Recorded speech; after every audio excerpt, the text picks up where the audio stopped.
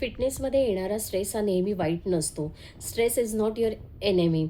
तर या वेळेला काय होतं, जेव्हा तुम्ही एक्सरसाइज करता त्यावेळेस एक्सरसाइजमध्ये तुमची बॉडी ही स्ट्रेसफुल स्टेटमध्ये जाते खरं, पण त्यावेळेला तुमचे मसल्स ब्रेकडाऊन होतात आणि ते तितक्याच वेगाने तुमचे मसल्स रिपेअरही होऊन मसल गेन होतो, जेव्हा तुम्ही कन्सिस्टन्सी ठेवता.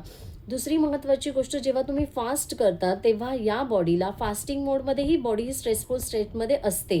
पण या वेळेला तुमचे सेल रिपेअर होतात आणि म्हणून बऱ्याचदा सांगितलं जातं बघा, एक दिवस तरी आठवड्यातला फास्टिंग ठेवणं हे अत्यंत गरजेचं आहे. कारण बॉडीचे सेल्स रिपेअर होणं गरजेचं आहे आणि या सगळ्याच प्रोसेसला आपण हार्मोसिस असं प्रोसेस म्हणतो.